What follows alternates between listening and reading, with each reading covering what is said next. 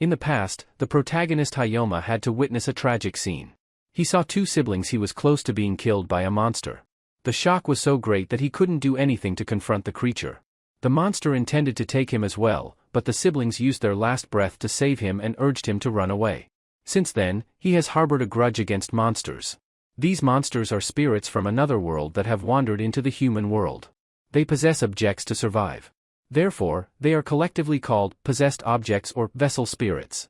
Now, Hayoma is strong enough to face a vessel spirit. His uncle is also responsible for sending benign vessel spirits back to their world. The police are aware of this matter, but they always leave it to the families of the Demon Elimination Bureau to handle. His uncle only needs to talk to the vessel spirits and then read the command for them to enter objects. Then, he brings them back for worship. The police remember that Hayoma also chased after a vessel spirit. But his uncle believes that his nephew will use conversation instead of physical force. Yet, just when he went to check, he saw Hayoma punching the vessel spirit and subduing it. His uncle had to call another family to look after Hayoma for a while when he returned home.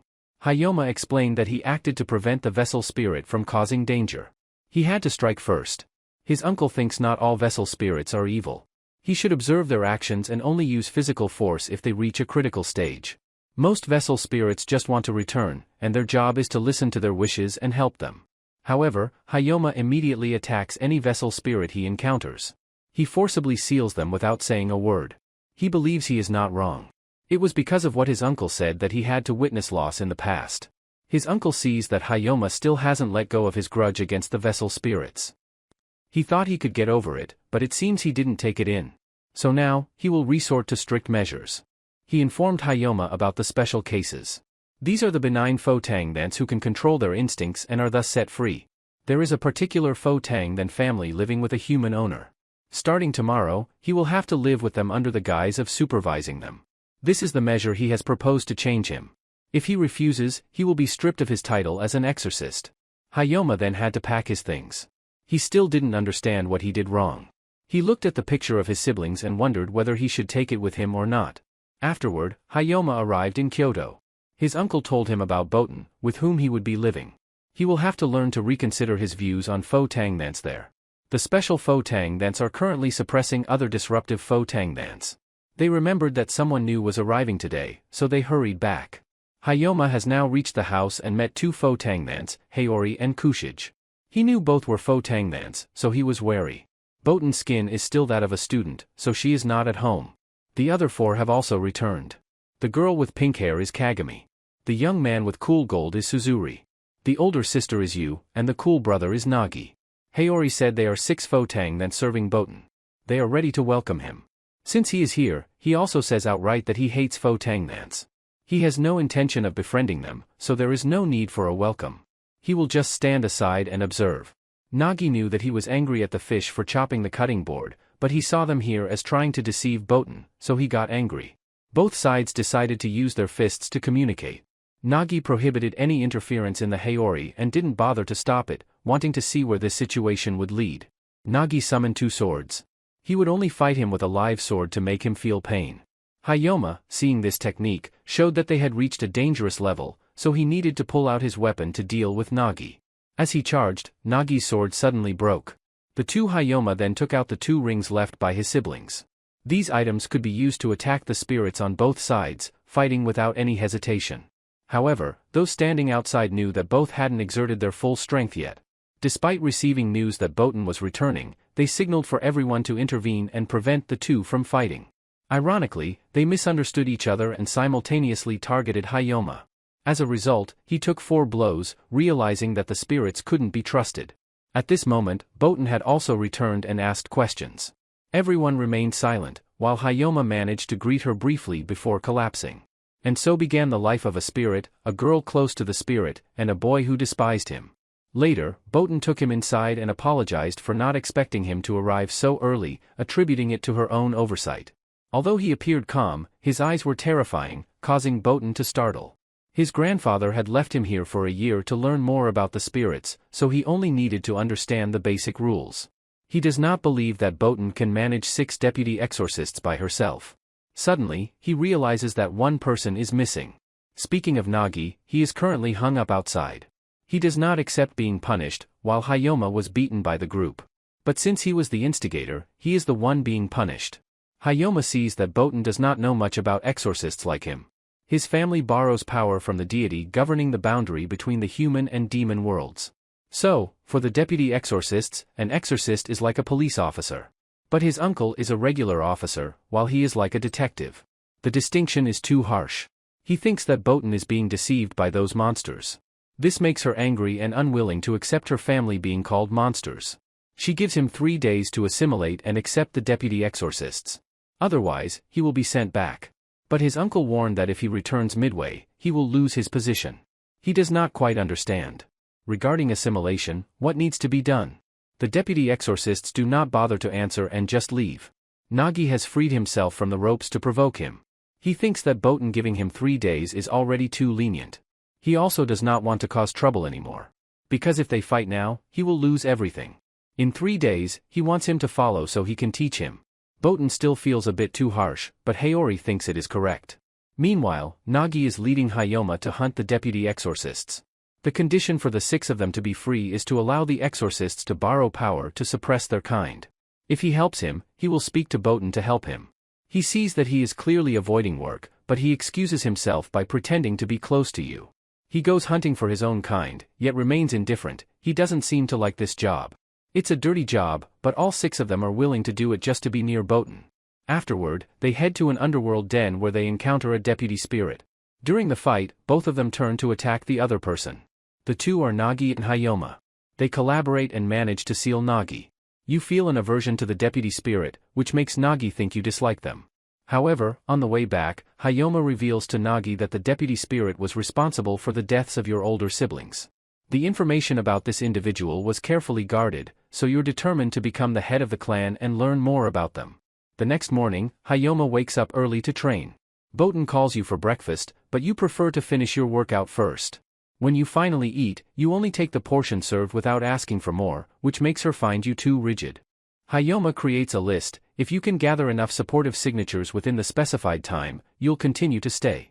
Today, you'll work with Suzuri and Kagami. Boten worries that your inflexibility might not be a good match for Suzuri. Despite that, whenever Suzuri goes out, he seems to be looking for girls to chat with. You think he's deceiving people, but he's just trying to make more friends. As for Kagami, he eats openly, which annoys you because the deputy spirit doesn't need to eat. Both of them claim they want to understand humans better to serve Boten more effectively, so they hope you won't glare at them anymore. You understand and see Suzuri's girl chasing as a hobby, while eating is merely an energy supplement for work. Both of them will take you to meet the deputy spirit, and they hope you won't give them disapproving looks anymore. The 3 of them then met a vessel spirit, who wished to become a special case known as Egan. She is a mortar that has gained a soul. Suzuri, who only asked her one question to test her, inquired why she wanted to become a special case. She felt a sense of familiarity and wished to stay in the present world. After her answer, she was approved but still had to let Kagami use the Mirror of Spirits to check if she had a dark past. Through the Mirror of Spirits, she was deemed safe and without sin, so she could stay. Suzuri then brought out Egan and asked Hayoma to call Bostan to see if anything needed to be purchased. Upon hearing the name Bostan, Egan suddenly startled and attacked Suzuri. Hayoma rushed to save Kagami and subdued her. He was about to seal her when he heard her reason for panic. She was scared because she had heard of vessel spirits from the Boten family attacking their kind. Suzuri returned and explained the situation, so Egan trusted and followed him. Kagami thanked Hayoma and informed him how special cases would be handled. That evening, Hayoma let Kagami sit on his back for training. Boten had also become accustomed to Hayoma's stubbornness. The acceptance list for Hayoma to stay now had 3 legs and 6 names signed. The next morning, Hayoma woke up and realized it was already the 3rd day, and he only had half the signatures needed. Meanwhile, for vessel spirits in the area were resentful. The vessel spirits from the Boten house have long disliked the idea of their kind following humans to hunt their own. While washing his face, Hayoma met Boten. She wanted to extend the deadline for him, but he had put himself in this situation and wanted to take responsibility for it. 3 people had signed, letting him know that only you was left because Haori and Mr. Kushage had not objected from the beginning. You particularly did not have a good impression of him and was quite indifferent. Therefore, it can be said that you is the toughest challenge he has to overcome. But upon reflection, Yu's personality and Hayoma's are quite compatible. So the rest probably depends on fate. He has now met you, and she has already handled the sealing incident by herself. She bluntly stated that she does not like him because of what he did and said on the first day. And also because he made Botan cry. She gave him two options, one is to give up, and the other is to convince her wholeheartedly, then he will get her signature. She then emitted spiritual energy around her, which caused the 4 Fo-Tang Thants to notice and come over. Nagi also realized that if he was serious, then Hayoma was in trouble. At this point, he was only focused on running away without fighting back, while you kept throwing giant needles at him. As for him, when his scarf got hit, it immediately wrapped around him. She wanted him to attack, not run. After that, she summoned several hairpins and kicked them towards Hayoma. Nevertheless, he still did not resist at all. She began to talk about his prejudice, and he admitted that he was brought here to change that prejudice. After 2 days here, he felt that they were indeed different from the other Fo-Tang Thants. Until he could clearly see the difference, it was still too early to act against them. Yu's view of him changed, and Haori at home informed Hayoma's uncle that he seemed likely to stay here regardless of the outcome. But the uncle also warned them that the darkness in Hayoma's heart was deeper. They thought a lot. The uncle apologized if he caused any trouble but still hoped they would take care of his nephew. Yu returned the scarf to him, and he was confident that he still had half a day to change and make her sign the paper. He now realized that Yu's feelings for Botan were very human-like. Does she really like Botan? His statement made her blush and throw a needle into the sky. The opposing spirit had appeared, and Nagi as well. The other spirit saw Hayoma blocking the way and kicked him aside. Both sides had an equal number of fighters, and Nagi suspected that Yu had caused trouble, leading these spirits to find Suzuri and prepare for a fight. Meanwhile, Hayoma was already locked up elsewhere. Nari wanted to pause and drag Hayoma out to face the group that had underestimated him. She decided to target Hayoma first, then split up to fight Nagi, who was keeping the other spirit busy. Suzuri had managed to call Haori, and she also asked Mr. Kushige to come along, hoping to understand Hayoma's true nature. One spirit threw a hook at Yu but was trapped by Suzuri's ink. Another aimed at him with a drill, but Kagami used a mirror to deceive him. Suddenly, Kagami sensed movement in the building and warned Yu that a large, 2-armed figure had appeared. Yu dodged just in time, while Nagi continued to battle the other spirit. Nagi clarified that he followed humans' orders and considered these spirits enemies because they tortured humans like captive animals. However, their words were overheard by the ghost, and Yu managed to break free from his influence. When the tall figure lunged at him, Yu jumped down and split him in half. The other 2 spirits charged, but Yu swiftly evaded and kicked the rooster-like spirit away. He seemed to enjoy this brutality.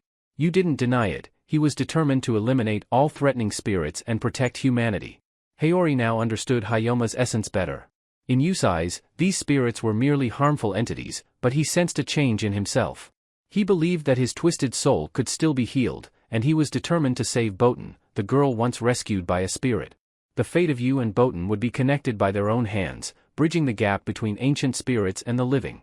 Botan had straddled the boundary between life and death, and her grandfather entrusted 6 people to protect her so she could experience life as a human. Now that Yu had signed the contract, his new life began. He realized there was another connection here, one he needed to observe closely to determine if these spirits truly existed. Botan had rushed back upon hearing that Yu had collected enough signatures. He stiffly turns to confirm what she just said and asks for permission to greet her again. She had to laugh because he was indeed too rigid. Meanwhile, the others knew the reason Yu agreed to sign was to avoid affecting their work, and they also mentioned that the time for it was approaching. Botan informed Hayoma that the household members would take turns cooking. Hayoma knows how to cook decently, so he is comfortable with this arrangement. Suddenly, both of them meet Yu and Haori, who decide to reveal the secret agreement between her and Hayoma's grandfather.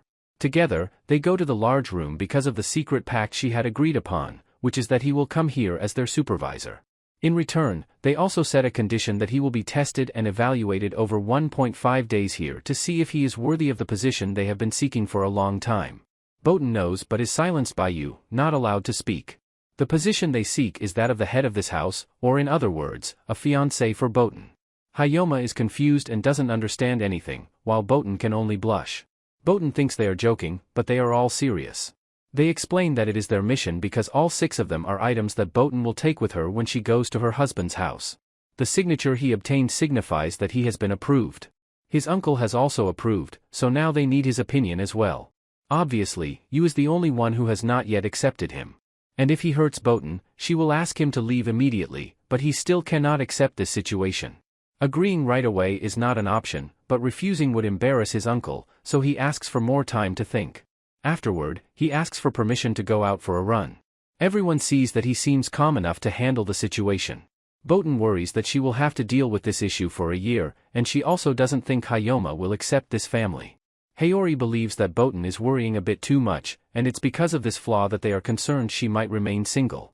Chido notices that Hayoma remains calm instead of panicking. However, when he leaves the house, he blushes and doesn't quite understand what's going on. The next day, Boten is unsure how to address the situation with Hayoma, and Haori enjoys watching Boten's awkwardness. Hayoma calls their father, and Chido thinks he arranged this relationship to help strengthen your resolve.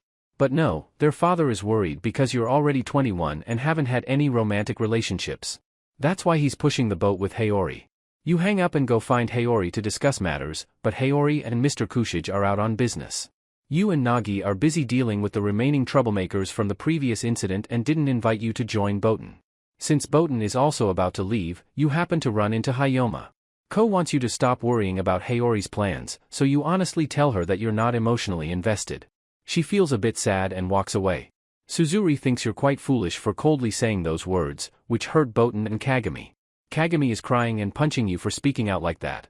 You still don't fully grasp what the two of them are trying to convey. Although Boten hears Hayoma's clear words, she still feels a bit disappointed deep down. Suddenly, she encounters a deputy spirit. He's the leader of the group that you and Nagi are dealing with. They've been apprehended, and the leader has apparently captured Boten. Both of you must rush back to rescue her. As you run, the other spirit blocks your path. His control over you allows him to hinder your progress. But Hayoma rushed to confront him. He pushed him back, and at that moment, the other two arrived. Nagi summoned his sword to bisect him and allowed you to wrap it up. You rushed to check on Boten, while Hayoma knew that the group of vessel spirits was trying to self-destruct, so someone needed to protect Boten in their place.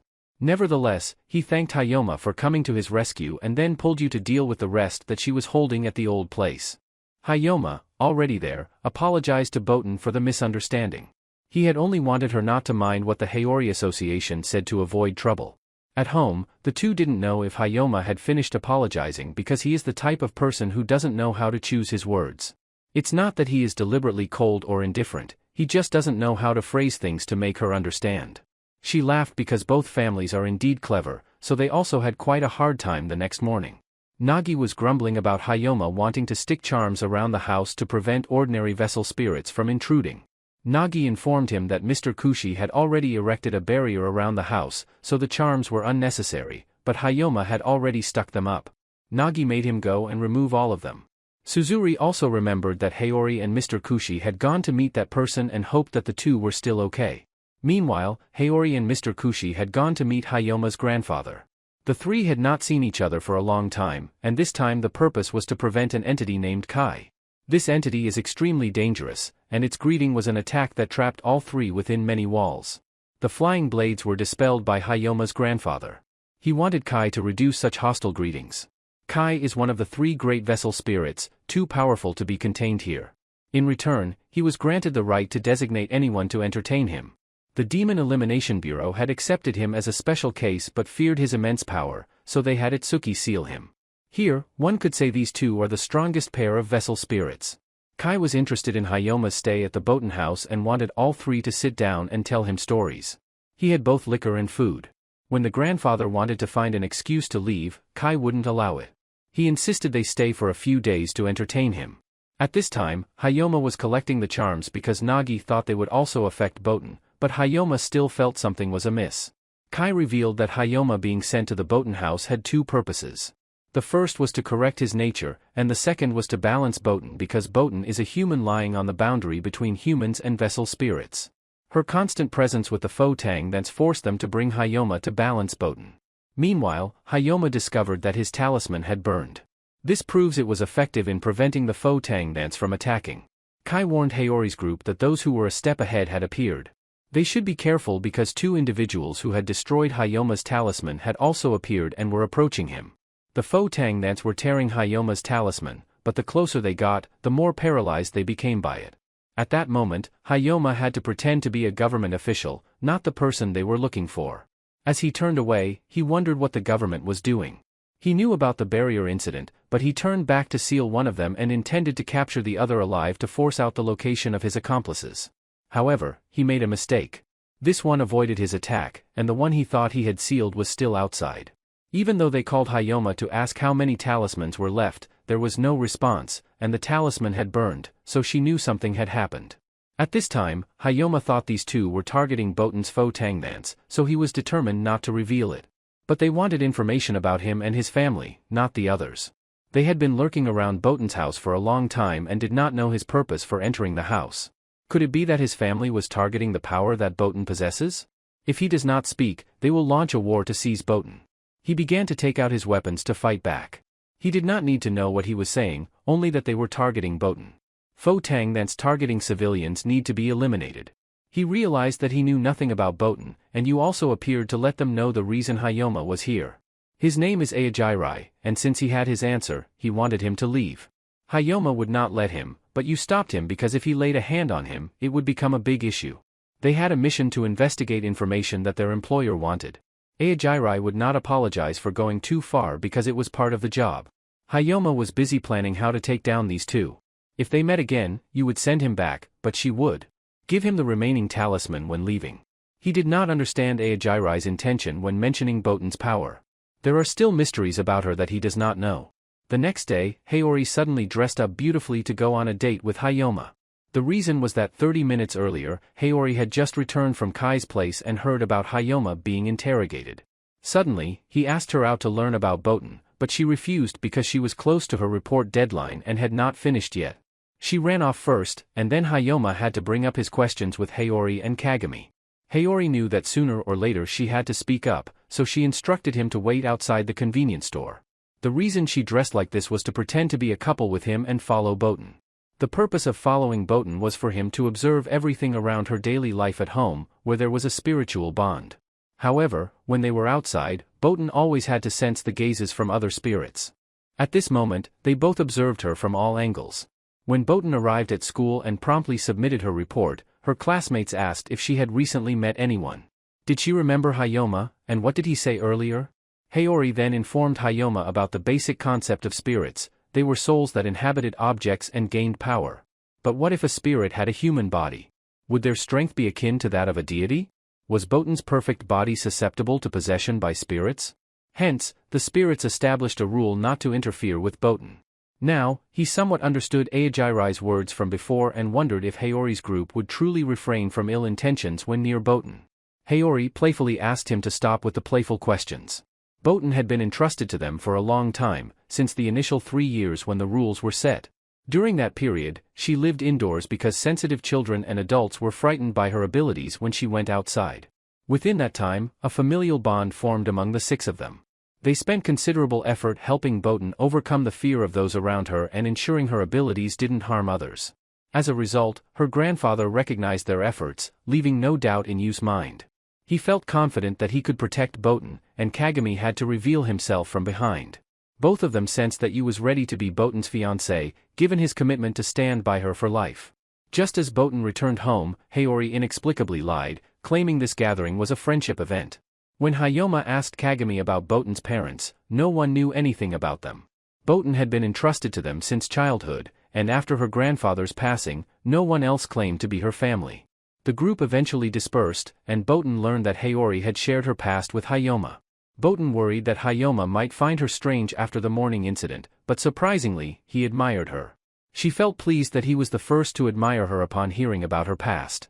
Yu also saw images of spirits close to Botan, resembling his own siblings, leaving no doubt about their identity. As snow began to fall, Botan still had to attend school, while Hayoma continued his morning run. Seeing that he was wearing a thin shirt, Botan gave him a thermal bag to prevent a cold. As soon as the two left the house, Aorigi arrived and was brought in to meet with Suzuri. Kagami doesn't like Aorigi because Aorigi had beaten Hayoma until he was bruised. Aorigi temporarily believes that Hayoma's presence here is merely for training and tempering his character. As his client, he still suspects their whereabouts. Notably, Suzuri was cunning and made him reveal that there are currently 3 forces targeting this house, and it seems they will take action. The first is the Kyoto Protection Squad. Afterward, Aojirai left, and Nagi praised Suzuri for handling the situation and extracting information from Aorigi. However, Aorigi did not tell them that a few nights ago, he had encountered a female deputy exorcist holding an umbrella. She wanted to get some information from Aorigi, but he only provides information in exchange for information. He wants to see how this family will overcome the upcoming storm. The next day, Hayoma has to meet with the Kyoto Protection Squad to apply for an operating permit. His uncle and the others remind him to be wary of the head of the protection squad because he is a sly old fox. When he arrives, Yoma sees a blindfolded deputy exorcist there. He is informed that this is a special case that he has requested to assist the work of the two young men. This is an exorcist, and hearing that Hayoma is a descendant of a great family, he thinks he is a pampered young master who can't do anything. He is then shown how this protection squad works, and the boss of the squad tells him that he could have the authority to perform exorcisms here. And if he is interested, he can join the boss's team because they are short-staffed, and he also has a favor to ask of him, which involves Botan's family. At the moment, she is at school, wondering whether she should make hot pot tonight. Meanwhile, Hayoma is approached by him for help because he sees Botan as a potential threat.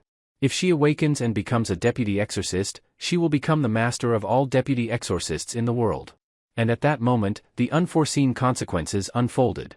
It was difficult for anyone to imagine that he would be unable to handle Botan due to her father and the bodyguards always surrounding her for protection.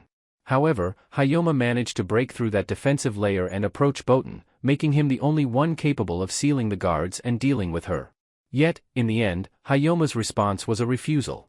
He didn't see her as a monster, nor did he harbor any resentment toward her family, so he declined once again. The man used magic to encircle Hayoma, giving him one last chance.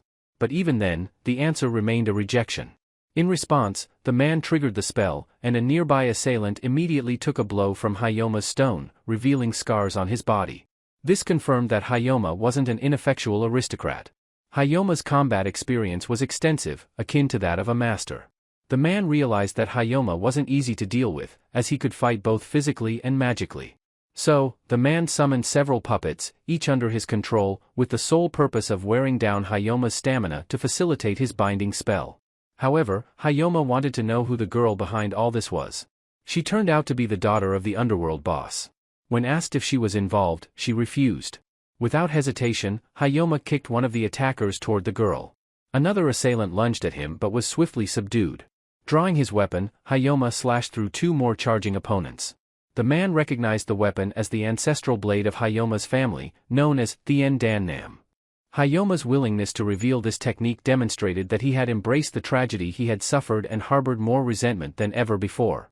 He imagined that at this moment, he was going out to buy ingredients to make hot pot tonight, and he had told Suzuri about how Hayoma had started fighting from the age of 12. At that time, he had explored on his own and risked his life hunting the deputy spirit gods at the age of 18.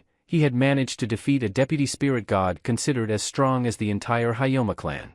He had dealt with all the deputy spirit gods controlled by the man, but the man had not yet allowed his underlings to act hastily and summoned another deputy spirit god he controlled. He recognized that this deputy spirit god was the girl Egan, whom he and Suzuri had attacked previously. He had not thought he would meet her in such circumstances. She kept rushing at him, kicking, but he did not want to harm her, so he only defended instead of using weapons to fight back.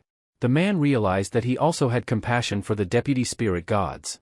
Although he could be ruthless with enemies, he was confused with people he knew. When he acted, the man thought that sending Hayoma here had made him weak. Instead of becoming stronger, the man was planning to exploit him by trapping him into a puppet for easy control, but he accepted Egan's blows and struck her in the eye. He then grabbed all the talismans. The man threw them at him and rushed to kick the mouth of his underling, breaking it, and pointed a weapon at the man. Egan had returned to normal because the blow from him was aimed at the man's spell that bound Egan. The man's daughter looked at him and remembered that she had met his siblings years ago and had heard stories about him, and now it seemed he was just like the stories, which made her advise her father to stop because if Hayoma really fought, they would surely lose. And if the man continued, she would also help Yoma because she had taken an interest in him. The man then called his underlings to wake up and laughed, thinking that until now, it was just a test before issuing a license to him. The man also apologized for speaking ill of the Botan family. He was worried that he could not outsmart Hayoma, but he was easier to deceive than the man had thought. He also decided to hand over Egan to him. Afterward, she gave him a contact address so that they could talk about the two siblings sometime. She introduced herself as Tsubaki. Egan still didn't know what had happened, so Hayoma would explain on the way home. When they arrived home, everyone was still worried about making the Egan hotpot. They were also concerned that this place was the home of demons that hunt their own kind. He wanted her to endure for one day because his family would come to take her away tomorrow. Upon entering the house, Boten was worried because he looked disheveled. Meanwhile, Hayoma was thinking about how Tsubaki's father's eyes didn't seem like he was lying. He really wanted to eliminate Boten. Boten went in to get some supplies to bandage him. He also called Egan in and asked if Egan could stay. One day, she saw Egan also disheveled and still a beauty, so she suspected what he had just done. Later, Hayoma had to sit down to explain because Mr. Kushi had also returned and was too drunk to wake up. Nagi took the opportunity to ask for Egan's number to get acquainted. The next morning, the others had gone out shopping. Haori had to stay home to look after Mr. Kushi, and Hayoma wanted to ask for permission to go out because he needed to take Egan somewhere. Haori told Boten to go along because it wasn't good for him to go alone with a beauty. Egan also wanted her to come along because Hayoma's eyes were too scary. All three went back to the place where Egan had lived with the master when it was just a medicine grinding mortar. She doesn't remember the owner's face clearly, but she always has a feeling about this place. She has been here a few times before, but she has never gone inside. Even though she doesn't go in, just staying outside is enough for her. Afterward, she asks to leave early because she doesn't want to take up more time for the couple. Both of them had to explain that the engagement was just a setup by the Haori Association when they arrived at the Egan train station. Egan thanked Hayoma for helping her so much, but he believes it was just Egan's duty. She feels that Boten is very much like a master. Certainly, all the Fotang spirits can see her light, so she hopes he will protect Boten well. That evening, Boten thanked Hayoma for bringing her along and helping her learn many things. Later, she asked Hayoma why he used to hate Fotang spirits so much. She noticed that Haori hadn't told her. While he was at it, he also revealed that both of his twin siblings were killed by a Fotang spirit. Both of them encountered the spirit on the road. The image of that person stabbing his two siblings and laughing arrogantly is something he will never forget. He apologizes to Boten for bringing up such painful memories. But he realizes now that there are different types of Fotang spirits. Boten has seen that he has changed from his initial impression. His previous hurtful words truly caused damage, but now she expects a complete transformation from him. He senses the gazes directed toward them, including one with the aura of 3 people, warning you not to pressure him anymore. However, she cannot accept that Boten is dating Hayoma. Boten also wants him to call her by her name instead of her surname. The group had to stop you before she rushed down to threaten Hayoma. Not long after, the Kyoto guard discovered traces of a deity torturing humans to death. The puppets he sent had been destroyed, so there must be at least 3 suspects he doubted. One of the 3 that Aorigi mentioned last time must have done this. The next day, Boten warned Hayoma to be careful, as he almost always came back with injuries. He tried to call out Boten's name and felt a murderous aura. Boten had to forbid Du from causing trouble with Hayoma because she allowed both of them to go out on a mission afterward. Hayoma knew this mission must be difficult since both he and Yu were called together. She informed them that they would soon confront Tung Gwin Hoa, a major gang in Kyoto. Those people all had evidence, which were tools specifically used for execution and torture. For years ago, the guard had to exert force to suppress them, but this incident seems to be the work of the 3 remaining members of that gang. The reason they left Nagi and the others at home was because of the suspicion that they might target Boten. Hayoma felt relieved because he could beat those guys without having to listen to their sentiments. He then met Tsubaki, who would help him on this mission. Yu intended to report back that wherever Hayoma went, he was chasing girls. Both Yu and Tsubaki were already acquainted. She revealed that Tsubaki would be the next leader of the guard, so it was beneficial for him to maintain a good relationship with her.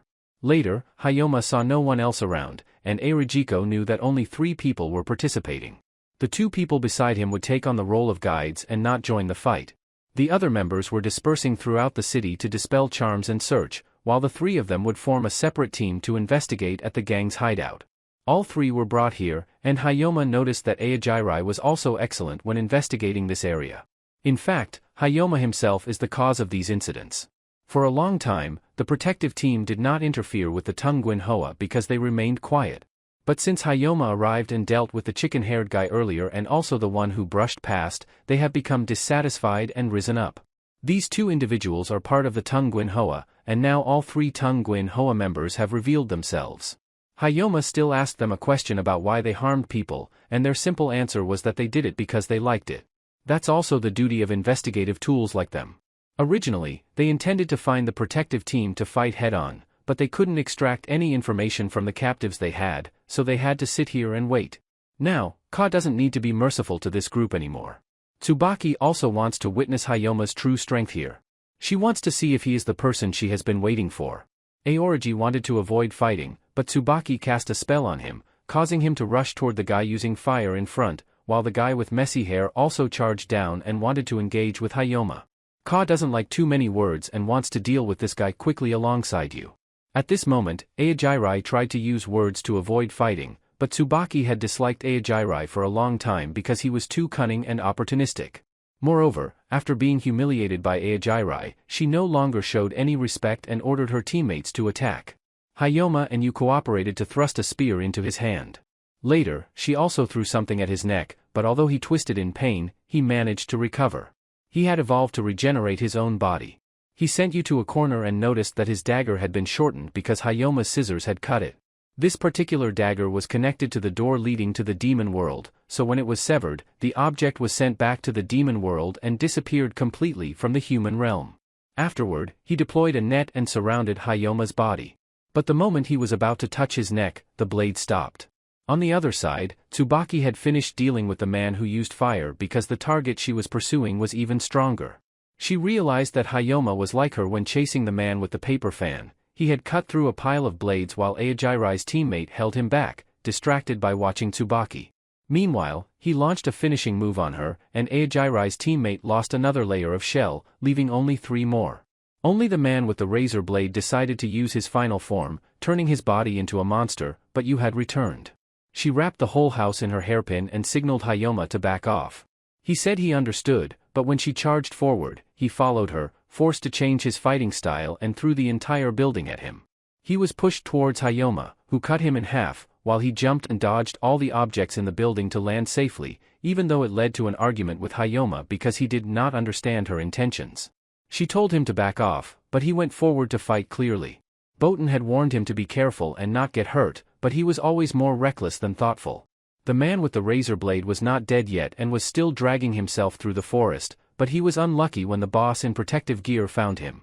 He saw the man's potential and could have exploited him for something. Yet, the man dared to rise arrogantly and act on his own, so now to him, the man was no different than trash. He was eliminated, and Tsubaki immediately reported back that the man with the razor blade had been completely dealt with. Tsubaki revealed the reason she pursued the man with the paper fan. It was because Hayoma's siblings held a very high place in her heart. She used to be bored with the weak, and Hayoma's siblings were 2 people she acknowledged, so she saw both as her joy, and the man with the paper fan had stolen that joy from her, so she wanted to deal with him. She wanted Hayoma to come with her to track him down. Even though she knew this sweet invitation would easily lure Hayoma. But if he stepped over to her side, he would surely be exhausted by Tsubaki, as she, like her father, would exploit everything under her control to the fullest. Hayoma Kiet thanked her for the invitation but still politely declined as he left. Even if he was asked whether he had no intention of going to Tsubaki, he would still chase after that paper umbrella guy. But he had promised his siblings that he would defeat that person with his own strength. Moreover, he stayed because Boten thought he was starting to have feelings for Boten, which he didn't even realize. When he arrived home, Hayoma was scolded for being injured too often. A few days later, Haori announced that the whole family would celebrate the holiday. While the others went shopping, Boten and Hayoma were tasked with finding a large pot in the house. Haori wanted Boten to take this opportunity to make progress with Hayoma. To be cautious, she even provided a list of suggestions. She worried that Hayoma was too straightforward and would find her actions strange. But she thought Hayoma wouldn't care much about these love affairs. Meanwhile, Haori had already gone to buy meat, outpacing the housewives by reaching out her long arms. You really wanted to return early to prevent the 2 from being alone together for too long. Kagami used a magic mirror to select the best fish. Suzuri used her speaking skills to buy them at a lower price. Nagi had to compete in a drinking contest with the shop owner to buy alcohol. During this time, Boten continuously experienced embarrassing moments with Hayoma, from touching hands while carrying items to him standing right behind her. While getting the items, she didn't want to be the only one feeling embarrassed. Hayoma remained indifferent, feeling nothing. But she understood that this was just how he was and let it go. She then decided to look elsewhere and dropped the suggestion paper. Hayoma read it, and Boten was forced to admit that this was Haori's trick. She thought he wouldn't mind, but suddenly he turned away, making her suspicious. She realized he had an unusual way of speaking, so she knew he was hesitant. She managed to catch a glimpse of his face, but he continuously hid it, which eventually led to both of them stumbling. Their faces turned equally red, but their auras were full of tension. He concealed himself behind a hairpin, while the neighborhood elder had already left. After playing chess with Elder Kushi all day, they heard about the search for a large pot. Elder Kushi revealed that he had borrowed the pot and hadn't returned it yet. This revelation dampened the mood for Hayoma's group. To lift their spirits, they organized a hot pot dinner. Seeing everyone gathered around the table, Hayoma felt like they were a true family. Boten ended up getting quite drunk and clung to Hayoma, prompting Nagi to join the anti-couple alliance. Later, they took Boten to sober up. She apologized for the day's events, but Hayoma attributed the mishaps to Hayori. He believed that every household had someone like her older sister, who used to tease about cross-gender friendships. Hayoma found this lively and interesting. In the past, he wouldn't have noticed these things. Both of them were then pulled back to continue eating when Boten woke up in the middle of it. She saw that the feast was over, everyone was already asleep, and a hairpin had fallen out, reminding Boten of a painful past. But looking at Hayoma sleeping so peacefully, she decided to put it away.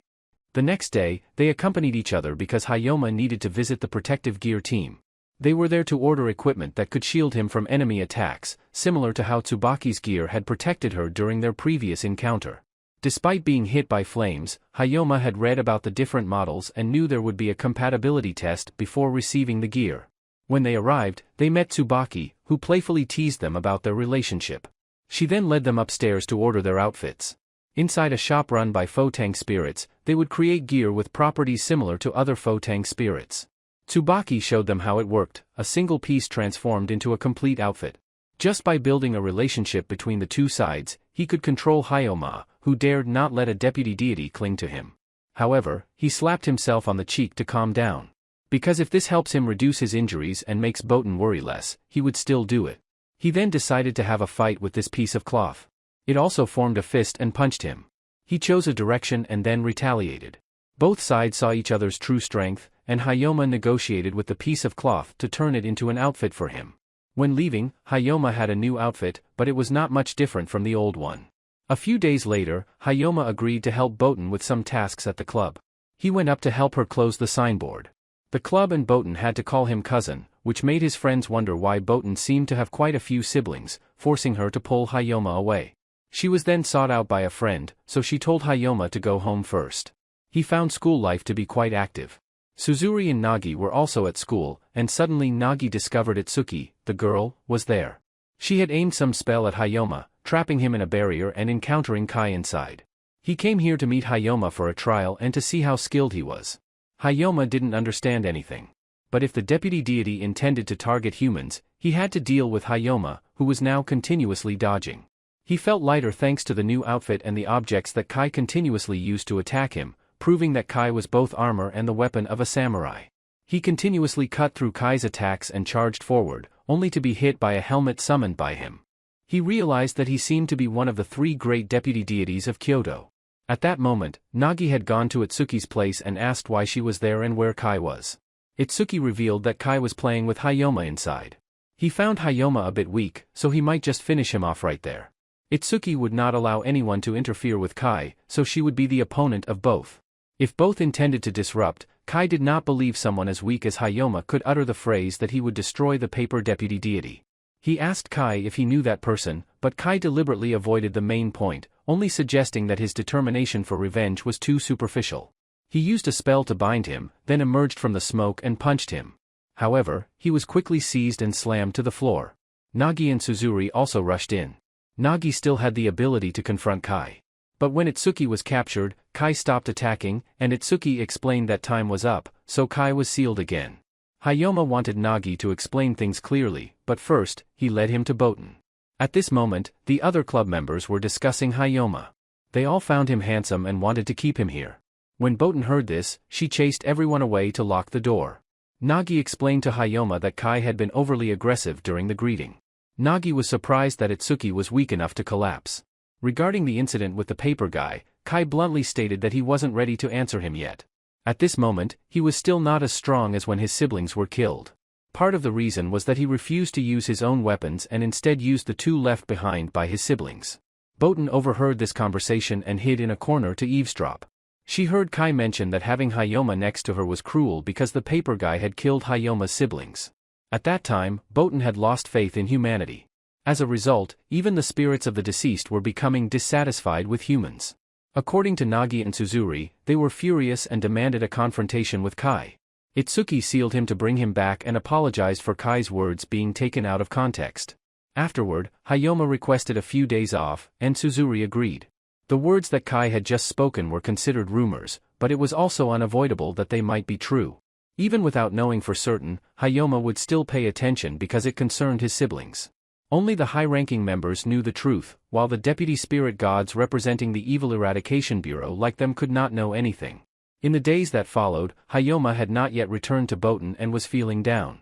She did not know what Hayoma's expression was like at that time and worried that if she really had something to do with Hayoma's loss, she could no longer face him. Therefore, she went to find Tsubaki to meet her father. Botan wanted to ask him whether she was the reason behind the death of Hayoma's siblings or not. He had to explain to her when she was leaving, he had heard about Hayoma's disappearance and let her know that he had been here. In the past few days, Hayoma had also stepped in, and just a few days before, he had come here and said that he was still inexperienced and wanted to train. Now, he was also sending Hayoma back because if he kept staying here, it would be troublesome. When leaving, Hayoma heard that she had learned about the situation and came here to confirm, which was quite brave. He confessed that he did not doubt Botan at all and considered Kai's words to be nonsense. He only knew that he was not yet perfect, and next time, he would have to force Kai to speak up and reveal information. Botan admired him because he could stay firm on his path without getting lost. She had revealed the reason she had not trusted people before, because back then, when she was 7, she had been kidnapped. Relatives came to adopt her, one a distant relative and the other her father's sister. At that time, she chose to trust them, and then her father's sister was the one who had taken her away because the one to be wary of was that man. Botan was brought home by her aunt, who decided to take care of her like a normal person and keep her away from the deputy spirit gods. While the Haori group was looking for her, she had a happy life with her aunt. She had almost seen him as a second mother. Yet, those days abruptly ended when the aunt and Botan were involved in an accident caused by that man. Botan was too shocked to witness her aunt's death and lost her memory from that moment. When she regained consciousness, everything was over, and she was with everyone. Since then, she began to lose faith in people. She feared being deceived and having to witness the loss of a loved one. Hayoma wanted Botan to trust him. He would never betray her and would prove it by protecting her. Hayoma smiled, surprising Botan because it was the first time she saw Hayoma smile so brightly. You even thought he had no facial muscles and felt slightly offended, so he left. Haori, who was behind, heard everything and felt that things seemed to be progressing. The relationship between Botan and Hayoma had taken another step forward. What challenges await them both ahead? You can find out more by looking for part 2 of the story. Goodbye.